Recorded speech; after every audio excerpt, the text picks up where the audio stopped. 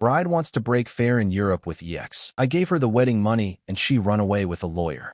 My fiancé said, my bachelorette is a 2-week trip to Europe with my ex. Don't be the controlling future husband. I replied, have a safe flight. Then I canceled our wedding venue, used the deposit to hire a private investigator, and served her with a lawsuit at the airport gate when she landed. I'm a 32-year-old man, and I proposed to Natasha, 29, 8 months ago. We'd been together 3 years, seemed solid. Wedding was set for late October. Venue booked, deposits paid, the whole thing. I handled most of the planning because she claimed event planning stressed her out. Translation, I paid for almost everything while she got veto power. 3 weeks ago, she dropped it casually over dinner. So, I've been thinking about my bachelorette party. Yeah, what are you thinking? Vegas with the girls? She picked at her salad. Actually, Vanessa suggested we do something different, more meaningful. Vanessa, her best friend since college. The one who posts passive-aggressive quotes about supporting women's choices whenever anyone questions anything. Okay, like what? A trip to Europe. 2 weeks. I put down my fork. 2 weeks. Tash, the wedding's in 6 weeks. That's cutting it really close. It'll be fine. We'd leave in like 10 days. Be back with 2 weeks to spare. Who's going? She hesitated. Red flag number 1. Me, Vanessa, Kelsey, and Devin. My brain did a hard stop. Devin, your ex Devin. He's in our friend group. Abe has been for years. It'd be weird not to invite him. Devin, the guy she dated for 2 years before me. The one whose Instagram she still liked every post on. The one who just happened to show up at 3 of our dates early on until I said something. You want your ex-boyfriend on your bachelorette trip? God, here we go. She rolled her eyes. This is exactly why I waited to tell you. I knew you'd make it weird. How is this not weird, Natasha? Because we're adults. Devin and I are friends. That's it. We've been over for 4 years. You need to get past this insecurity thing. Insecurity thing? Yeah, it's not attractive. I'm marrying you, aren't I? That should be enough. We went back and forth for an hour. Every concern I raised got flipped into me being controlling, insecure, not trusting her. She pulled out phrases like emotional maturity and modern relationships, and if you really loved me, you'd support this. Finally, I got tired. You know what? Fine. Do whatever you want. Her face lit up. Really? Yeah. Have a safe flight. She kissed my cheek. Thank you, babe. This is why I love you. You get it. I didn't get anything, but I did start planning. Next morning, I called the venue, talked to the event coordinator, explained I needed to cancel. They were sympathetic but firm. Non-refundable deposit of $8,500. Unless I could prove extraordinary circumstances. What counts as extraordinary? Illness, military deployment, death in the family. Why are you canceling, if you don't mind me asking? My fiancée is taking a 2-week trip to Europe with her ex-boyfriend as her bachelorette party. Long pause. Sir, I'm going to personally process this cancellation and mark it as an exception. You'll receive your full deposit back within 5 business days. God bless that woman. Next call, my buddy Trevor, who's a lawyer. Not family law, but he knew people. Dude, that's insane, he said. What are you thinking? I need a private investigator. Someone good. Can you ask around? Wait, seriously? You're really doing this? She's going to Europe for 2 weeks with her ex. Yeah, I'm doing this. He got me a name by that afternoon. Dominic, former investigator, now does private work. We met at a coffee shop. Your buddy explained the situation. Dominic said, here's the reality. I can't follow them to Europe, but I can do extensive background checks, social media monitoring, and I have a contact overseas who can do some limited surveillance if needed. It's pricey. How pricey? For 2 weeks of monitoring, $8,000 minimum. Could go up to 12 depending on what we find and how deep you want to go. The venue deposit would cover it. Do it. Over the next week, Natasha was weirdly giddy. Packing, shopping for cute outfits, planning itineraries with Vanessa over FaceTime. I played it cool. Asked about her trip, seemed interested, acted normal. You're being so great about this, she said the night before leaving. I knew you'd come around. Just want you to have fun. The morning of, I drove her to the airport. She kissed me goodbye, told me she loved me, promised to text when they landed. Enjoy yourself, I said. I waited until her plane was wheels up. Then I called Trevor. Hey man, I need your help with something else. Before we continue with what the investigator discovered, I want to ask you something. Would you have let your partner go on this trip, or would you have put your foot down immediately? Drop your answer in the comments below, and if you're enjoying this story, please hit that like button and subscribe. We share jaw-dropping stories like this every week. Update 1. 5 days in, Dominic sent his first report 3 days into the trip. It was illuminating. Subject and Devin checked into a hotel together in the first city. Separate rooms, but adjoining. The other 2 friends, Vanessa and Kelsey, were in a different hotel entirely. Wait, what? I called them immediately. They're not even staying together? Correct. Vanessa and Kelsey are at a hostel about 2 miles away. Natasha and Devin are at a boutique hotel. Much nicer. I pulled the booking. It was made 6 weeks ago under Devin's credit card. Both rooms on the same reservation. My hands went cold. 6 weeks ago, before she even told me about the trip. There's more. My contact observed them having dinner last night. Just the 2 of them. Very intimate. Hand-holding, prolonged eye contact contact, that sort of thing. Vanessa and Kelsey weren't present. Send me everything. The photos came through an hour later. Natasha and Devin at a Camelot restaurant, his hand on hers, her laughing, leaning in close. Another photo of them walking through some plaza, her head on his shoulder. I felt nauseous. Then I felt clarity. Called Trevor again. I need to know my legal options. For what? She used money I gave her for wedding expenses to fund this trip. Can I sue for that? Potentially. How much money are we talking? I'd given her $4,000 3 months ago specifically for her dress alterations and bachelorette expenses. She said the dress was $2,800. I'd seen pictures of her in it. Never occurred to me to ask for receipts. $4,000 that I can prove. Probably more. I'll draft a demand letter. We'll start there. If she doesn't pay, we file a civil suit for fraud and breach of promise to marry. It's an older legal concept, but it still holds up in some cases, especially with proof of deception. Do it. Meanwhile, Natasha was texting me daily. Superficial stuff. The architecture here is amazing. Wish you could see this. Miss you. I replied normally. Sounds great. Have fun. Miss you too. Dominic's updates kept coming. More dinners, sightseeing, just the two of them. Vanessa and Kelsey appeared in maybe 30% of the photos. The rest, Natasha and Devin, looking very much like a couple on vacation. Day 6, she video called me. I almost didn't answer. Hey babe, she was tipsy. Clearly, I just wanted to see your face. Hey, having fun. So much fun. This trip was exactly what I needed. Where are Vanessa and Kelsey? Brief hesitation. Oh, there? I think they went to a pub or something. Devin and I just got back from this incredible restaurant. Just you and Devin? Yeah, the other girls wanted to do their own thing. It's fine though. Dev's been a great tour guide. I bet he has. Sounds nice. We talked for a few more minutes. She seemed completely unbothered, completely convinced she was doing nothing wrong. After we hung up, I opened my laptop and started canceling everything. Every single wedding vendor, caterer, photographer, florist, DJ. Some I lost deposits on. Others were sympathetic when I explained why. Total recovered about $14,000 of the $32,000 we'd already put down. I'd paid $28,000 of that. She'd paid $4,000. Well, allegedly paid. I was starting to doubt she'd paid anything. My mom called that night. Honey, I just got a call from the florist. They said you canceled. I told her everything. The trip, the ex, photos, all of it. Silence on the other end. Then, I never liked her. Mom, I didn't. Too entitled. Always thought she was doing you a favor. You're better off, sweetie. Maybe. Didn't feel better yet. Update 2. The return. 2 weeks later, Natasha's flight was landing at 4:30 p.m. on a Tuesday. I knew because she texted me the details asking if I could pick her up. Can't. Sorry. Stuck at work. Grab an Uber? Really? After 2 weeks. You can't leave early to get me? Sorry, babe. Crazy deadline. She sent back an annoyed emoji, but didn't push it. Trevor and I were waiting at the airport anyway. Not at arrivals. At her gate. With paperwork. The lawsuit had been filed 3 days prior. Civil suit for $4,000 in fraudulent use of funds, plus damages for emotional distress and breach of contract. The demand letter had been sent to her parents' house. Her legal address still on her license while she was gone. We'd gotten the tracking confirmation. Someone signed for it. She hadn't mentioned it. Probably didn't know yet. You sure about this? Trevor asked as we waited by the gate. Completely. Passengers started coming through. I spotted Vanessa first, then Kelsey, then Natasha laughing at something Devin was saying behind her. She saw me and her face lit up. Then she saw Trevor. Then she saw the manila envelope in my hand. Her smile died. Babe, what are you doing here? I walked over, handed her the envelope. Natasha, you're being served with a civil lawsuit for fraud and misappropriation of funds. Details are inside. What? She stared at the envelope like it was a snake. What are you talking about? The $4,000 I gave you for wedding expenses. You used it to fund this trip with Devin. That's fraud. Devin stepped forward. Dude, that's not. Shut up, Devin. This doesn't concern you. Natasha's face went red. You're insane. I used that money for what you gave it to me for. Really? Where's your dress receipt?